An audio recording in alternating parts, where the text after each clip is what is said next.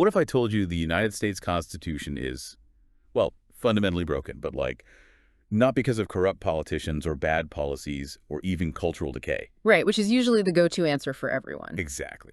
What if the real problem is just bad geometry? Think about that for a second. I mean, we usually treat governance as this massive clash of philosophies, right? A moral battlefield where good ideas are constantly fighting bad ones. Yeah, it's always framed as a fight. Always. But today, we're throwing out the politicians, we're bringing in the physicists, we're looking at a radical proposal that suggests the government shouldn't be run like some endless debate club, but engineered like a highly calibrated harmonic engine. It really does completely reframe the entire conversation, because when you stop looking at society as a moral struggle and, start looking at it as an applied physics problem, all of our current dysfunctions suddenly look like, well, simple structural miscalculations. And that is exactly what we are unpacking today. If you are the kind of curious learner who just loves dismantling old mental models and building new ones, you're going to want to eliminate all distractions for this one. Oh, absolutely. We are going deep into a document called the TDUFT Operator Framework for Constitutional Balance by George James Dukas. And let me warn you right now, this is, without a doubt, one of the most mind-bending blueprints for civilization we have ever looked at on this deep dive. The ambition of this text is just staggering. I mean, Dukas is attempting to redesign the architecture of the United States government using the laws of physics, advanced geometry, and harmonic mathematics. He is quite literally proposing a mathematical formula for human flourishing. Now, before we start pulling this engine apart, I want to establish some really strict ground rules for you, the listener, because this source material touches on some incredibly sensitive political nerves. It definitely pokes a lot of bears. Yeah, it really does. In our modern discourse, we obsessively categorize ideas into like left-wing or right-wing boxes, but this document just shatters those boxes entirely. Yeah, he doesn't play by those rules at all. Right. On one side, Dukas advocates for sweeping universal health care, continuous free education, and a completely rehabilitative justice system that just straight up abolishes prisons. But then on the other side, he mandates a strictly merit-based filter for public office, intense individual sovereignty, and the absolute destruction of the two-party system. And because it crosses so many of those arbitrary political lines, it's really easy for people to get defensive. But the thing is, Dukas isn't making a moral argument for any of these policies. He's making a structural one. Which is why we need to be crystal clear here. We are not endorsing any political ideology today. We are remaining completely impartial. Our only mission is to decode the author's fascinating attempt to solve governance through math and system design. I'm just looking at the schematic. Exactly. We are just looking at the schematic. So the core question we are trying to answer today is this. What if the Constitution wasn't a political battlefield, but a lift-generating engine designed to convert human potential into durable improvement? Okay, let's unpack this. We have to start with the physics, because everything in this document revolves around TDUFT. What actually is that? So TDUFT stands for Transdimensional Unified Field Theory. And to understand the governance model, we first have to grasp the physics premise Dukas is operating from. Okay, lay it on me. Well, in physics, a unified field theory is the holy grail. It's this hypothetical framework that connects all the fundamental forces of nature, so gravity, electromagnetism, and the nuclear forces, into a single mathematical equation. It's the theory of everything, right? Like Einstein spent the last part of his life trying to solve it. He did, yeah. And in Dukas's framework, he posits a universe organized by base 10 harmonic cycles. So think of acoustics or like wave mechanics. Okay, acoustics, I can picture that. Right. A harmonic system is one where frequencies align mathematically, creating resonance rather than dissonance. When waves match up, they amplify each other. That's called constructive interference. And when they clash? When they clash, they cancel each other out. That's destructive interference. And what Dukas does is take this foundational law of physics and map it directly onto human systems. Oh, I see where this is going. If the government is a system, it's currently experiencing massive destructive interference. The waves are just constantly crashing into each other. But how does base 10 harmonic math translate into the actual branches of government? Well, Dukas breaks down any stable system into three foundational operators. And if a system lacks any of these three, it mathematically collapses. First, we have the phi operator. Phi is directional. It represents unified forward motion, immediate temporal responsibility, and, focused force. So it's like a vector in physics. It has magnitude and direction. It's the arrow pointing forward. That's a great way to visualize it. And in the context of the U.S. Constitution, The phi operator maps perfectly onto the presidency, the executive branch. The executive is meant to be that single vector of national direction. Okay, so the president is phi, the forward momentum. What's the second operator? The second is the psi operator. Psi is interpretive and temporal. In wave mechanics, you need a mechanism to stabilize the wave over long distances, to prevent the frequency from shifting wildly. Right, so it doesn't just spin out of control. Exactly. Psi maintains continuity. It interprets the wave of precedent across long cycles of time. So if phi is the engine pushing the car forward, psi is the suspension system keeping the car balanced over time. That has to be the judiciary, right? The Supreme Court. It is. The judicial branch's mathematical function isn't to create new momentum, but to maintain structural integrity across decades or even centuries. And finally, we have the D operator. D stands for distributed or generative geometry. The legislature. Correct. The D operator is designed to be a multi-node high-noise generator. In an evolutionary algorithm, you need mutation and variation to find the best solutions. So you actually need the chaos. You do. Congress is the generative engine meant to surface a wide array of ideas, process them, and output a functional structural law. Okay, so we have the D operator, Congress, generating the ideas, the phi operator, the presidency, giving those ideas directional momentum, and the psi operator, the judiciary, stabilizing the whole thing over time. I mean, that sounds like a beautifully balanced machine on paper. On paper, yes. But Dukas argues this machine is currently tearing itself apart because it violates what he calls the efficiency law. The efficiency law. Break that down for me. In thermodynamics, the efficiency of an engine is determined by how much raw energy it can successfully convert into useful work. But no engine is 100% efficient. You always lose some energy to friction, which manifests as heat. Right, because of moving parts. Exactly. And Dukas argues the current U.S. government is suffering from massive contractive load and damping. Okay, let me put that into a concrete metaphor just to make sure I'm tracking. Yeah. Imagine a massive power plant. The goal is to take fuel, which in a democracy is human potential and tax revenue, and convert it into electricity, or what Dukas calls lift. That's a solid analogy. But right now the gears are grinding, the branches of government are actively fighting each other. So the contractive load is the friction. It's the forced polarization, the constant filibustering, the factional loyalty where one party votes against a good idea simply because the other party suggested it. Yes, exactly. That friction doesn't generate electricity. It just generates heat. And eventually, a system generating that much internal heat just melts down.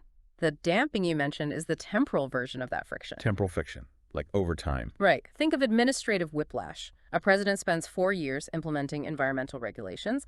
Then the next president spends 4 years repealing them. Mathematically, that is a damping effect on the wave. Massive amounts of energy are expended, but the net forward motion, the lift, is zero. But hold on a second. I need to push back on this premise just a little bit. Isn't friction the entire point of a representative democracy? I mean, we are a massive country with incredibly diverse, often conflicting interests. We definitely are. Right. A farmer in Idaho has very different needs than a tech worker in San Francisco. If you mathematically engineer all the friction out of the system, aren't you just engineering away human nature? We aren't a hive mind. The text actually anticipates that exact critique. Dukas does not want to erase disagreement. In fact, his math actually requires it. It does. Yes. The D operator, Congress, is explicitly designed to be a high-noise, high-variability environment. Disagreement is the raw material of generative problem-solving. Oh, I see. The fatal flaw isn't that we disagree, it's that our current structural geometry turns disagreement into a permanent, institutionalized war of attrition. Ah. It's the difference between constructive friction, like a tire gripping a road to move the car forward, and destructive friction, where the parking brake is left on while you floor the gas. That captures it perfectly. Dukas introduces a mathematical requirement called bridge coherence. The D, phi, and psi operators must interact harmoniously. The system is designed to process chaotic input, which is disagreement, into a coherent output, which is a decision. But right now, the system's architecture, financially and politically, rewards the prevention of a decision. Exactly. And if we are looking for the primary mechanism preventing those decisions, like the ultimate parking brake on the D operator Dukas points directly at the two-party system. Okay, let's talk about the two-party system, because he goes really hard on this, doesn't he? The document is completely uncompromising on this. From a mathematical standpoint, a two-party system is disastrous for efficiency. It forces complex, multidimensional problems into a binary winner-take-all output. It compresses a 3D reality into a 1D line. Exactly. When you force every nuanced issue, whether that's healthcare, foreign policy, technology, into a binary us versus them choice, you artificially maximize the contractive load. Because it's not about the issue anymore. Right. The mathematical imperative shifts from solving the problem to defeating the opposing node. And when that happens, the conversion potential of the country just plummets. So Dukas proposes we delete the political parties entirely. No Democrats, no Republicans, no Greens, no Libertarians. Just gone. Completely gone. But nature hates a vacuum, right? If you strip parties out of the D operator, how do you actually organize a legislature? How do people even get elected? You replace ideological tribes with functional representation. Dukas proposes a base 10 harmonic selection device. In practical terms, he wants to rebuild Congress into a 10-point merit structure based on operator traits. This was the part of the text that made me stop and reread the page like 3 times. He wants to divide the legislature into 10 distinct sections. Not based on what state you're from, not based on your political ideology, but based on a spectrum of human operational stability. It's radical. The 10 sections are fascinating because they attempt to map the full geometry of human problem solving. Let's look at the criteria. Yeah, walk me through them. Section 1 is stability, measured by verifiable historical metrics like having no bankruptcies. Section 2 is legal reliability, meaning a pristine legal record with absolutely no criminal history. Okay, so a clean slate financially and legally. Right. Section 3 is education, requiring advanced proven expertise. Section 4 focuses on statesmanship, which he defines as civic maturity and deep respect for structural institutions. Then you have Section 5, which is for leadership. Section 6 is work ethic. Section 7 is community, strictly measured by verifiable volunteer service and local stewardship. Yes, and Section 8 is financial responsibility. Section 9 is creativity, the proven ability to generate novel solutions. And finally, Section 10 is psychological reliability. When you look at that list, you see a complete departure from how we currently select leaders, because we currently select for charisma, fundraising ability, and ideological purity. Dukas is selecting for structural competence. He is. He's trying to filter for people who can actually run the machine. But I have to throw a massive red flag on the play here.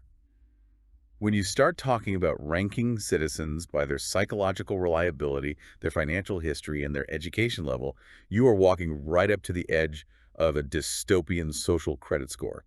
It does sound like that at first glance. It sounds exactly like a caste system, where the quote-unquote smart, stable people rule and everyone else is just a passenger. It is a startling concept, and it triggers all of our democratic alarms. But Dukas draws a very hard mathematical line in the sand to separate this from a caste system or a social credit score. Okay, what's the line? The text states, and this is crucial, citizenship is equal, but public stewardship is qualified. Let's drill into that, because the nuance there is the only thing keeping this from being a dystopian nightmare. The distinction is between individual rights and systemic authority. In this framework, your worth as a human being is never ranked. Every single citizen retains absolute equal rights, equal protection, and equal voice in the constitutional domain. So I can still do whatever I want with my life. Absolutely. You can live where you want, work where you want, and speak your mind freely. But the moment you want to place your hand on the steering wheel of the state, the moment you want structural authority over the lives of millions of other citizens, you are no longer just a citizen. You become an operator of the machine. And if you are operating a nuclear reactor, we don't let you in the control room just because you won a popularity contest on Twitter. Yep. You have to pass a competency exam. That is the exact mathematical logic. The D operator requires immense structural stability to function without collapsing.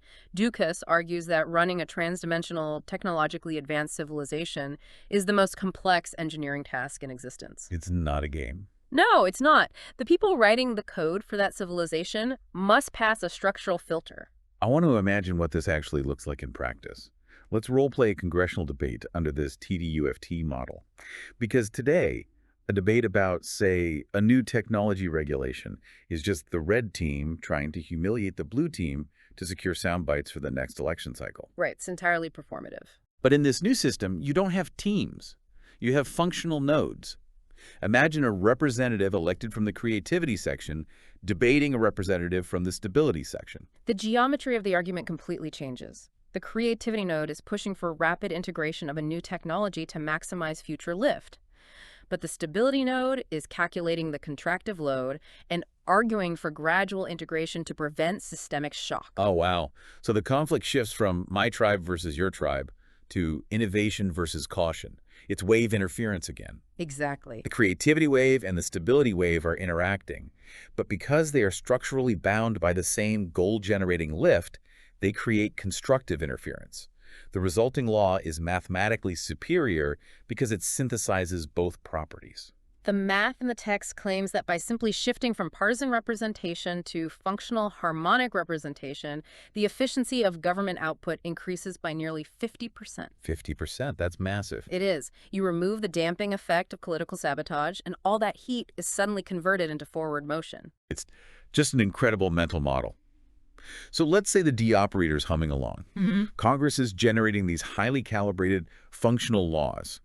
But laws don't just exist in the moment they are passed. They have to survive contact with reality over decades. Right, which brings us to the next operator. Exactly. If Congress generates the waves, how do you prevent that wave from degrading over time? That requires transitioning from the generative math of Congress to the temporal math of the Judiciary, the psi operator. The Supreme Court. We mentioned earlier that they act as the suspension system. But Dukas gets incredibly specific here. He doesn't just say we need a Supreme Court. He mathematically demands exactly 13 justices. Yes, specifically 13. Why 13? Why not 9 like we have now, or 15 or 21? It comes down to a concept he calls the wave coherence anchor.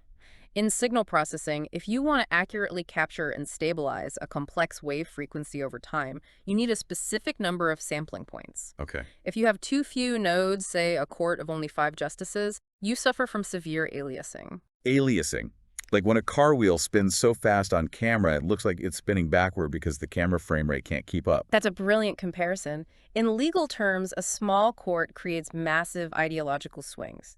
If one judge retires or changes their mind, the entire interpretation of the Constitution flips backward. And that causes the whiplash we talked about. Exactly. That is high volatility, high damping. It destroyed the predictability of the system. A small court is too concentrated. But what about 9 justices?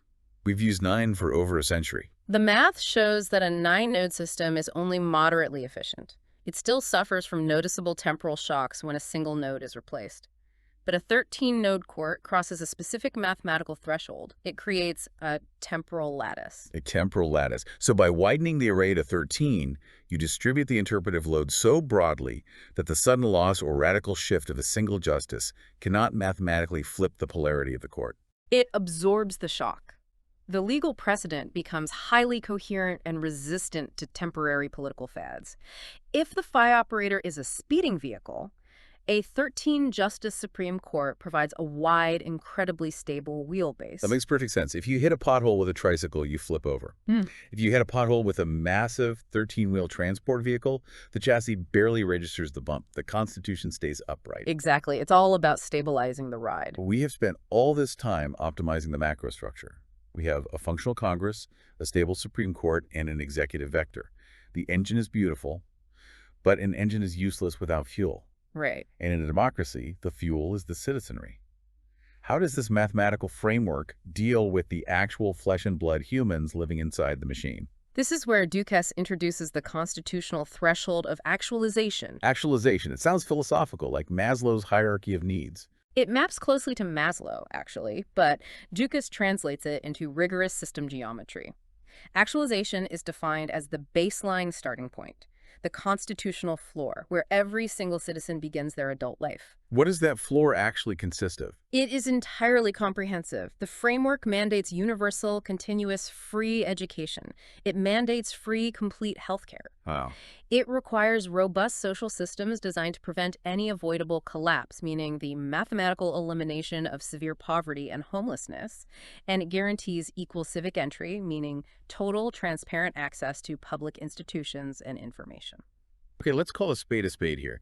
In our current political vocabulary, that is the ultimate left-wing utopian wish list. It sounds like a massive, multi-trillion-dollar social welfare state. It certainly looks that way through our modern lens, Yeah. but the text explicitly rejects the concept of welfare.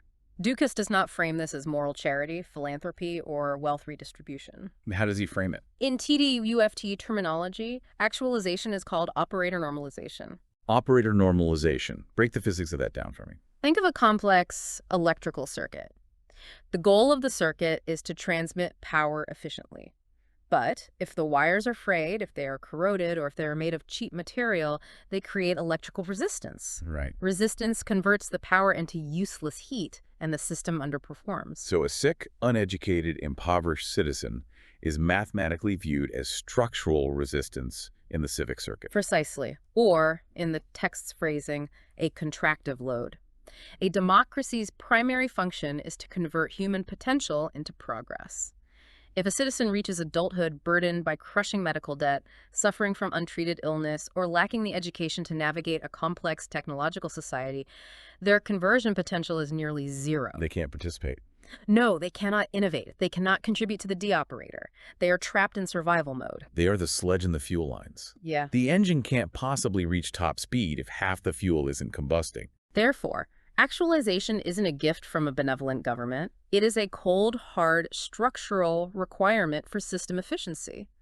You must normalize the operators. You must cure the sickness, provide the education, and stabilize the living conditions, not just because it's nice, but because failing to do so destroys the mathematical output of the entire civilization. I follow the logic perfectly. Treating human beings well makes the machine run faster. But I have to ask the question that every single person listening to this is screaming at their speakers right now. How on earth do you pay for it? The cost. Yes, the cost. Universal health care, endless free education, housing stability for hundreds of millions of people. If we tried to implement that tomorrow, the tax burden would instantly collapse the global economy. How does the math account for the sheer financial weight of actualization? The author accounts for it by recognizing that our current economic math is about to become obsolete. This is the major pivot point in the document. Dukas is not designing this constitution for the year 2024. He is designing it for a near future where advanced TDUFT technologies have structurally eliminated physical scarcity. Wait, eliminated scarcity. Are we talking about fusion power? The text goes far beyond fusion. Dukas explicitly references free energy grids, advanced biological restoration, temporal technologies, and even, and this is a direct quote, star travel infrastructure and stargates. Whoa, stop the music. Stargates. We just took a massive leap from constitutional theory into deep sci-fi. It definitely feels like a leap, but follow his logical progression. If transdimensional unified field theory is real, if we discover the math that perfectly links gravity, electromagnetism, and spacetime, the technological downstream of that discovery is literally limitless. Because we've cracked the code of the universe. Exactly. Mastery of the unified field implies mastery over energy generation and spatial geometry. So you're saying Dukas views stargates and free energy not as fantasy, but as the inevitable engineering byproduct of getting the math right. Yes. And if energy becomes free and infinitely abundant, the foundational premise of modern economics shatters. Because modern economics is entirely built on scarcity. Prices, wages, supply and demand, inflation, all of it only exists because there is a limited amount of stuff and a limited amount of energy to make the stuff. Right. If energy is infinite, the marginal cost of producing food, purifying water, or building a house plummets to near zero. The bottom falls out of the scarcity model. So asking, how do we pay for actualization with tax dollars is fundamentally the wrong question. It's like asking how a modern data center pays for the millions of candles required to light the server rooms. They don't use candles anymore. They use electricity. Dukas is proposing a constitutional framework designed to manage a post-scarcity civilization where the barrier to human thriving isn't a lack of resources, but a lack of structural coordination. That revelation fundamentally rewrites the premise of this entire deep dive. If scarcity is gone, what is the point of an economy? How do we measure success? If GDP and stock market points are meaningless, what replaces them? The text introduces the concept of the lift economy. Because you can't measure value in dollars anymore, the new metric of human wealth is lift. Lift is defined as the accumulated, durable improvement of society. He actually gives a mathematical formula for lift, doesn't he? I remember seeing an equation. He does, and it's brilliant in its simplicity. The formula is LT plus 1 equals 1 minus decay times LT plus durable function times new closure minus reversals. Okay, let's break out the chalkboard and translate that into English. Let's start with LT. That is your current level of societal progress. The first thing you do is subtract decay. Decay is the natural entropy of any system infrastructure crumbling, knowledge being forgotten, systems aging. So progress only counts if you are outpacing natural decay. Got it. Then we add the durable function times new closure. What is new closure? New closure is the successful resolution of an open problem. Curing a disease is a new closure. Inventing a more efficient engine is a new closure. But notice it is multiplied by durable function. A solution only adds to the lift of society if it is structurally durable. A temporary patch doesn't count. And finally, you subtract reversals. Reversals are the artificial destruction of progress. This is the political whiplash we talked about earlier. War, legislative sabotage, defunding a functioning program. So under this mathematical model, a politician who passes a massive reform bill that just gets repealed by the next administration generates absolutely zero lift. In fact, they generate negative lift because they expended societal energy and suffered a reversal. The lift formula demands permanence. Progress only accumulates when an improvement becomes a stable, undeniable layer of the civilization's bedrock. I'm trying to visualize the daily life of a citizen operator in this lift economy. If I live in this system, my baseline survival is guaranteed by actualization.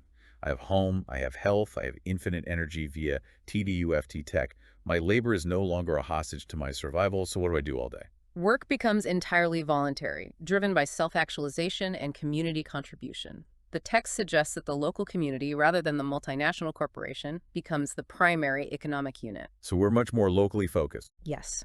Education is a lifelong pursuit, not something you graduate from at 22. Your goal as a citizen is to apply your unique creativity to generate new closure, to solve problems and create lift for your local node. And maybe, if I prove my stability and creativity over decades of community service, I qualify for one of the 10 merit sections in the D operator and help steer the macro system. It's a society optimized for human flourishing rather than resource extraction. Sounds beautiful, but I have to pump the brakes again. Where is the flaw? Human corruption.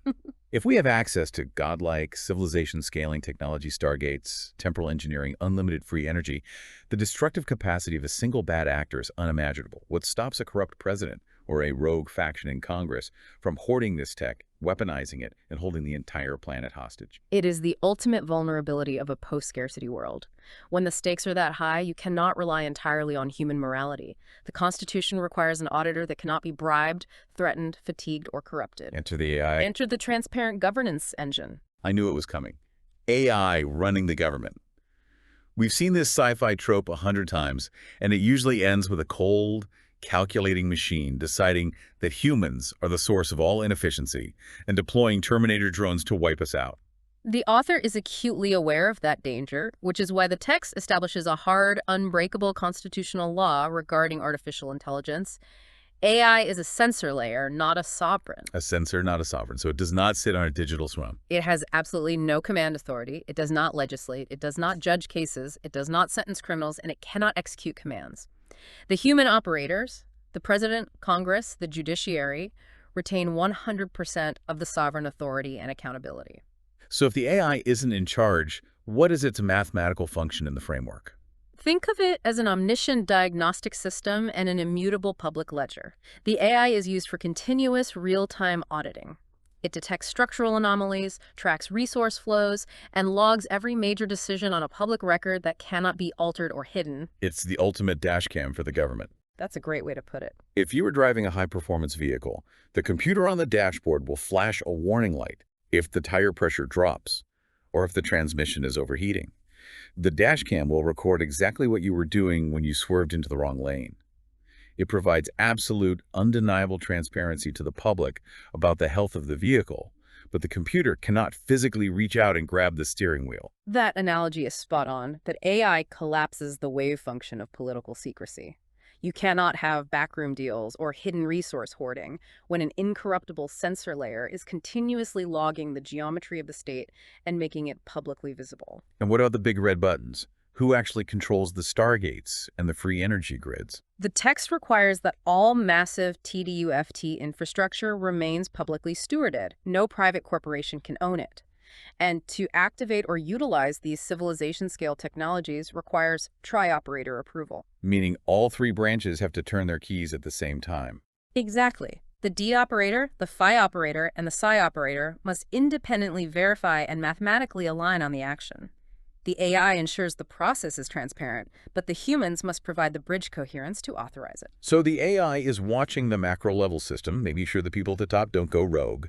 But what about at the micro level? How does a mathematically optimized society deal with everyday citizens who cause harm? Do we still have prisons in a TDUFT world? No. The justice system undergoes a complete paradigm shift. It transitions from a punitive model to what the text calls the justice stability layer. Is this just a compassion argument? Because usually, prison abolition is framed as a moral crusade against cruelty. While compassion is a natural byproduct, Ducas's argument is, once again, entirely structural and mathematical. Yeah. In this framework, crime is viewed as a severe contractive load. It is a drag on the system's overall conversion potential. So if crime is a negative mathematical value, how do you solve it?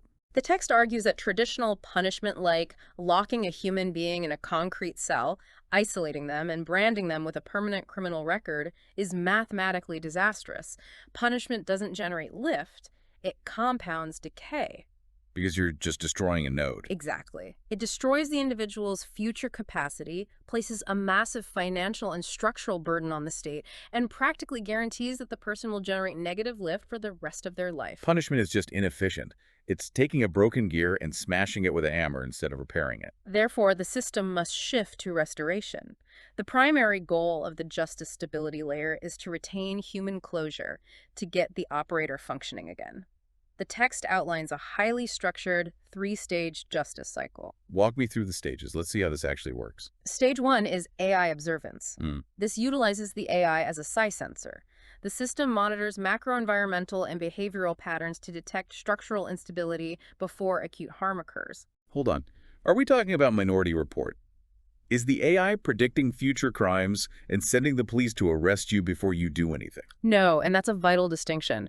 The AI has no arrest power. It doesn't conduct secret surveillance on your private thoughts.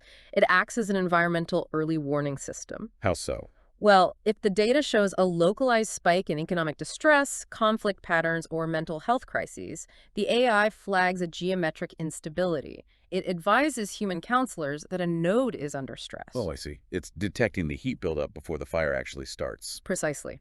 Which leads to stage 2, human intervention. This is the phi vector of justice. Human mediators, community stewards, and mental health professionals step in to stabilize the situation. They provide resources to de-escalate the friction. It's entirely supportive, not punitive. But systems aren't perfect. Let's say the intervention fails. An individual snaps, commits a violent act, and causes real harm to someone else. What happens then? Then we enter stage 3, rehabilitation, guided by D-geometry. The individual is removed from the general environment, but not to be punished in a traditional cell. They enter mandatory restorative programs. This involves deep psychological support, skill development, and active community restitution. So the goal is to rebuild the operator from the ground up. But let me play devil's advocate. What if someone refuses to be rehabilitated? Or what if the rehabilitation process involves forced psychological conditioning? If the overarching goal of the math is efficiency, how far does the system go to fix a broken human? Are we veering into a clockwork orange territory where we just reprogram their brains? It is the most sensitive friction point in the entire text. Dukas clarifies that the process strictly maintains individual sovereignty. The AI never commands a psychological protocol. Stage 3 is entirely overseen by the 13-judge judiciary, the temporal stabilizer, whose core mandate is to protect constitutional rights. So there are limits. Yes, absolute limits. The individual is required to undergo educational and psychological restoration until they are no longer a danger, but the methods are bound by the geometry of human rights. The system prioritizes reintegration, but it cannot mathematically force a mind to change. It can only provide the environment for restoration. It requires an incredible amount of faith in the capacity for human growth. To coordinate all of this, the AI transparency, the rehabilitative justice, the stargates, the actualization floor, requires an incredibly specific type of leader at the helm. Which brings us back to the phi operator, the presidency. The vector of lift. We already established that the two-party system is dead, so we aren't suffering through 2 years of endless attack ads and primary debates. How does this mathematical constitution actually select the single person who sits in the big chair? The framework replaces the chaotic popular vote with a highly structured multi-stage compression algorithm. It's a filtering funnel designed to strip away performative politics and isolate pure structural leadership. I was looking at the schematics for this funnel, and it is a brutal gauntlet. It starts at the state level. The 50 state congresses exhaustively evaluate their own candidates and elect exactly one representative each. So you have a pool of 50 highly vetted state leaders. Those 50 then advance to the U.S. House of Representatives. The House evaluates them not on their speeches, but on their mathematical ability to generate lift. The House nominates 5 finalists. Just 5 out of 50. Then those 5 go to the U.S. Senate. The Senate applies an even more rigorous temporal filter and selects just 3. And finally, those 3 fully vetted, structurally sound candidates are presented to the public, and the citizens vote for the final one. By the time a candidate reaches the public, they have survived 4 layers of institutional stress testing. But what are they actually being tested on? What are the metrics of a good president in this system? Dukas outlines 13 specific dimensions of systematic leadership. These are not personality traits, they are operational mechanics. For instance, one criterion is deconstruction. Deconstruction, like tearing things down. Kind of. It's the proven ability to destroy faulty assumptions, strip a complex problem down to its physical first principles, and challenge institutional dogma without causing systemic collapse. You have to know how to take the engine apart without breaking the parts. Exactly. Another is self-resourcefulness. The capacity to persist through severe constraints and engineer alternative pathways when the primary route is blocked. Another critical dimension is awareness. Like situational awareness. Deeper than that. This isn't just paying attention, it's the mathematical capacity for scenario planning. A leader must be able to calculate the downstream ripple effects of an action decades into the future, reacting to crises before they even manifest. It sounds less like they're interviewing a politician and more like they're selecting a chief systems architect. Because in this framework, leadership is infrastructural. It is about maintaining the dynamic equilibrium of the governance engine, not winning a news cycle. And once this master architect is in office, how do they actually build things? The text details something called the 9-step codex. The Constitutional Codex is a literal algorithmic workflow for constitutional action. It ensures that every public initiative, whether it's a new healthcare protocol or a new spaceport, moves through a mathematically verifiable sequence to generate lift. It's the operating system executing a command. Yes. The sequence begins with inception and visualization, where the core problem is defined. It moves into programming, where the initial code of the law is drafted.